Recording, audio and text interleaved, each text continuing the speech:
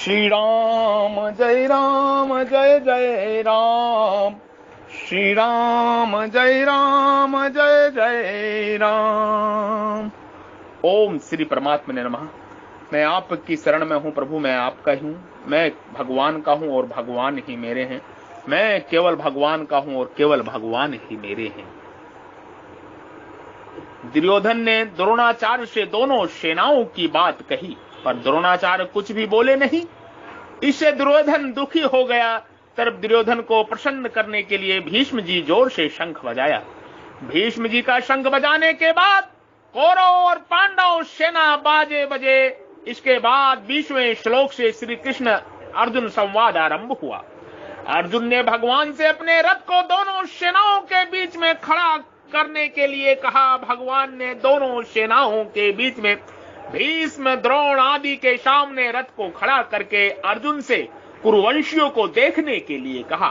दोनों सेनाओं में अपने ही सौजनों संबंधियों को देखकर अर्जुन में कुटुंब मोह जागृत हुआ, जिससे परिणाम अर्जुन युद्ध करना छोड़कर बाण सहित धनुष का त्याग करके रथ के मध्य भाग में बैठ गए।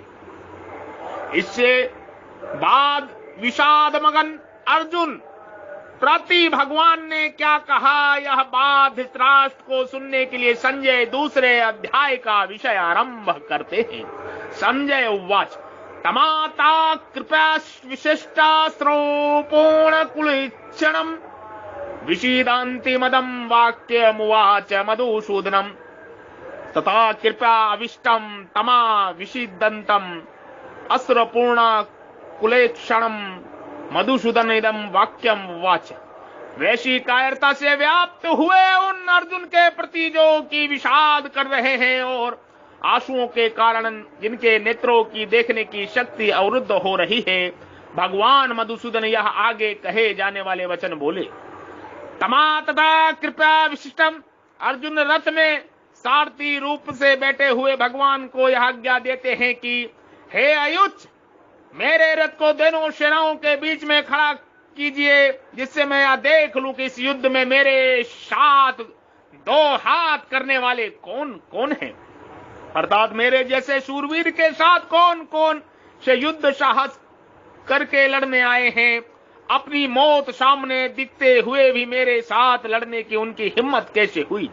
इस प्रकार जिस अर्जुन में युद्ध के लिए इतना उत्साह था, वीरता थी, वे ही अर्जुन दोनों सेनाओं में अपने कुटुंबियों को देखकर उनके मरने की आशंका से मोहग्रस्त होकर इतने शोकाकुल हो गए कि उनका शरीर स्थिर हो रहा है, मुख सूख रहा है, शरीर में कपकपी आ रही है, रोंगटे खड़े हो रहे हैं, हाथ से धनुष गिर रहा है, त्वचा जल रही है, खड़े रहने की भी शक्ति नहीं रही और मन ही मन भ्रमित हो रहा है। कहा तो अर्जुन का यह स्वभाव कि ना दैत्यम ना पलायनम, और कहा अर्जुन का कायरता के दोषों के शोक विष्ट होकर रथ के मध्य भाग में बैठ जाना। बड़े आश्चर्य के साथ संजय यही भाव उपयुक्त पदों से प्रकट कर रहे हैं। पहले अध्याय के 28वें श्लोक में भी संजय ने अर्जुन के लिए कृपा पर्याविष्ट पदों का प्रयोग किया है। असुपूर्ण कुलेक्षणम, अर्जुन जैसे महान शूरवीरों के भीतर भी कौटुंब की मोह छा गया। नेत्रों में आंसू भराए, आंसू भी इतने ज्यादा भराए कि नेत्र तो पूरी तरह देख भी नहीं सकते थे। नेत्र पूरी तरह देख भी नहीं सकते थे। विषीदंत मदम वाक्यमुवाच मधुसूदन। इस प्रकार कायरता के कारण विषाद करते हुए अर्जुन से भगवान मधुसूदन ने ये आगे दूसरे तीसरे श्लोक में कहे जाने वाले वचन कहे। यहाँ विशुद्धंत मुवाच कहने से ही काम चल सकता था, इदम वाक्यम कहने की जरूरत नहीं थी, क्योंकि उवाच क्रिया के अंतर्गत ही वाक्यम पद आ जाता है। फिर भी वाक्यम पद कहने का तात्पर्य है कि भगवान का यह वचन, यह वाणी बड़ी विलक्षण है। अर्जुन में धर्म का बना पहन कर जो कर्तव्य त्याग रूप बुराई आ गई थी, उस पर यह भागवतवाणी सीधा आघात पहुंचाने वाली है। अर्जुन का युद्ध से उपराम होने का जो निर्णय था, उसमें खलबली मच देने वाली है। अर्जुन को अपने दोष का ज्ञान कराकर अपने कल्याण की जिज्ञासा जागृत करा देने वाली है। इस गंभीर अर्थ वाली वाणी के प्रभाव से ही अर्जुन भगवान का शिष्यत्व ग्रहण करके उनके शरण हो जाते हैं। दूसरे अध्याय का 7वां श्लोक संजय के द्वारा मधुसूदन पद कहने का तात्पर्य है कि भगवान श्री कृष्ण मधु नामक दैत्य को मारने वाले अर्थात दुष्ट स्वभाव वालों को संहार करने वाले हैं। इसलिए वे दुष्ट स्वभाव वाले दुर्योधन आदि का नाश करने के लिए बिना रहेंगे नहीं। भगवान ने अर्जुन के प्रति कौन से वचन कहे, इसे आगे के समागम में संतवाणी में कहेंगे। कुतत्सत्वा कशमलदम विस्मय सुपस्विस्तम अनार्यजुष्टम मगर कृतम क्रम अर्जुन विस्मय तद्मम निदम कलशम कुतः समुपस्थितम अनायष्टोर्जम अनास्जुष्टम सर्वज्ञम अकीर्तिकरम। हे अर्जुन, इस विषम अवसर पर तुम्हें यह कायरता कहां से प्राप्त हुई जिसका कि श्रेष्ठ पुरुष सेवन नहीं करते, जो स्वर्ग को देने वाली नहीं है और कीर्ति करने वाली भी नहीं है।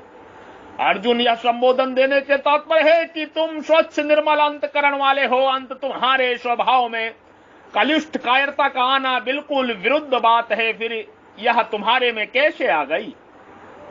कुतस्सा कश्मलादम विस्मय शुभशिष्टम। भगवान आश्चर्य से प्रकट करते हुए अर्जुन से कहते हैं कि ऐसे युद्ध के मौके पर तो तुम्हारे में शूरवीरता उत्साह आना चाहिए था। इस पर बेमौके पर तुम्हारे में यह कायरता कहां से आ गई?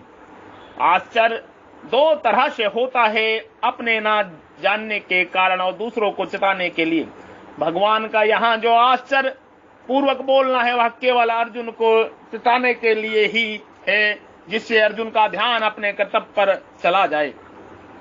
कुतः कहने का तात्पर्य है कि मूल में यह कायरता रूपी दोष तुम्हारे में स्वयं में नहीं है। यहाँ तो अगुंतक दोष है, तो सदा रहने वाला नहीं है। सुमुपुस्तम कहने का तात्पर्य है कि यह कायरता केवल तुम्हारे भावों में और वचनों में ही नहीं आई, किंतु तुम्हारी क्रियाओं में भी आ गई है।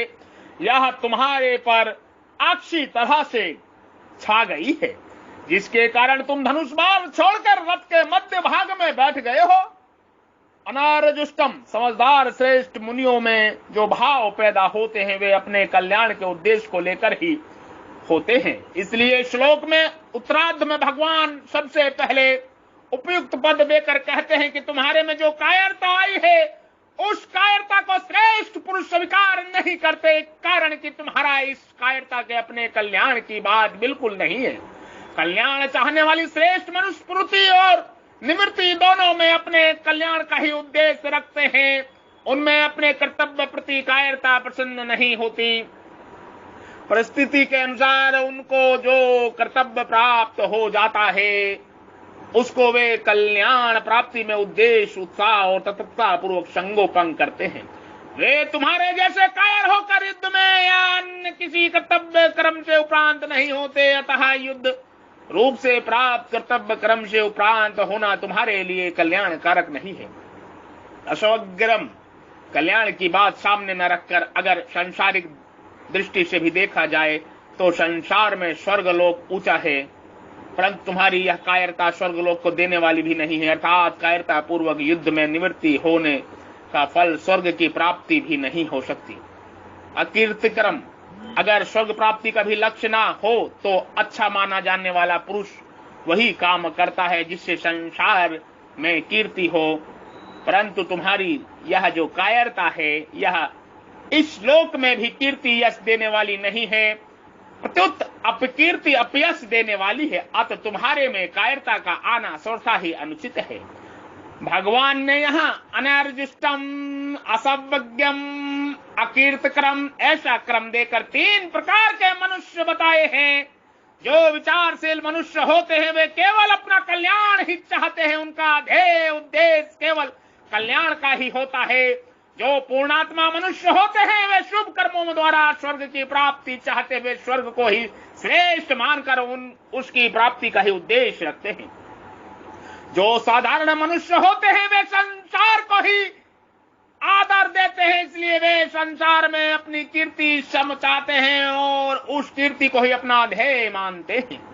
उपयुक्त तीनों पद देकर भगवान अर्जुन को सावधान करते हैं कि तुम्हारा जो यह युद्ध न करने का निश्चय है, यह विचारशील और पूर्णात्मा मनुष्य को ध्येय, कल्याण और स्वर्ग को प्राप्त करने वाला भी नहीं है, तथा साधारण मनुष्यों के ध्येय कीर्ति को प्राप्त कराने वाला भी नहीं है।